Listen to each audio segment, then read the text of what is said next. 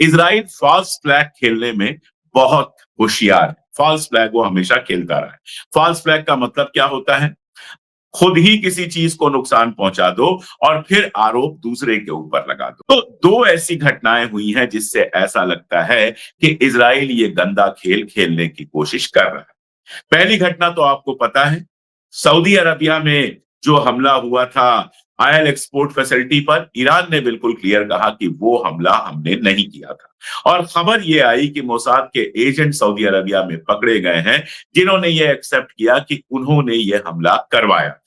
अब ये खबर कितनी सही है कितनी गलत है ये तो शायद जंग के बाद ही पता चले। एक और बड़ी खबर आई है और इस खबर की पक्की बात हमारे पास है। साइप्रस पर हमला हुआ था। साइप्रस पर यूनाइटेड किंगडम यानी इंग्लैंड का जो एयरबेस है उस पर हमला हुआ था और कहा यही गया था कि यह हमला ईरान ने किया है। अब इंग्लैंड की मिनिस्ट्री ऑफ डिफेंस, ये ना मैं कह रहा हूं ना ईरान ने कुछ ऐसा कहा है, ये सीधे सीधे सीधे यूके यानी इंग्लैंड की मिनिस्ट्री ऑफ डिफेंस ने कहा है कि साइप्रस पर जो हमला हुआ था, साइप्रस के हमारे एयरबेस पर जो हमला हुआ था, वो हमला ईरान की तरफ से नहीं हुआ था। तो अब वो ईरान की तरफ से नहीं हुआ था तो दो ही संभावना है, या तो हिजबुल्लाह ने हमला किया हो क्योंकि हिजबुल्लाह वहां पर एक्टिव है, और या फिर इजराइल ने हमला किया हो। ज्यादा उम्मीद इसी बात की है कि इजराइल ने हमला किया हो। ये क्यों कर रहा है?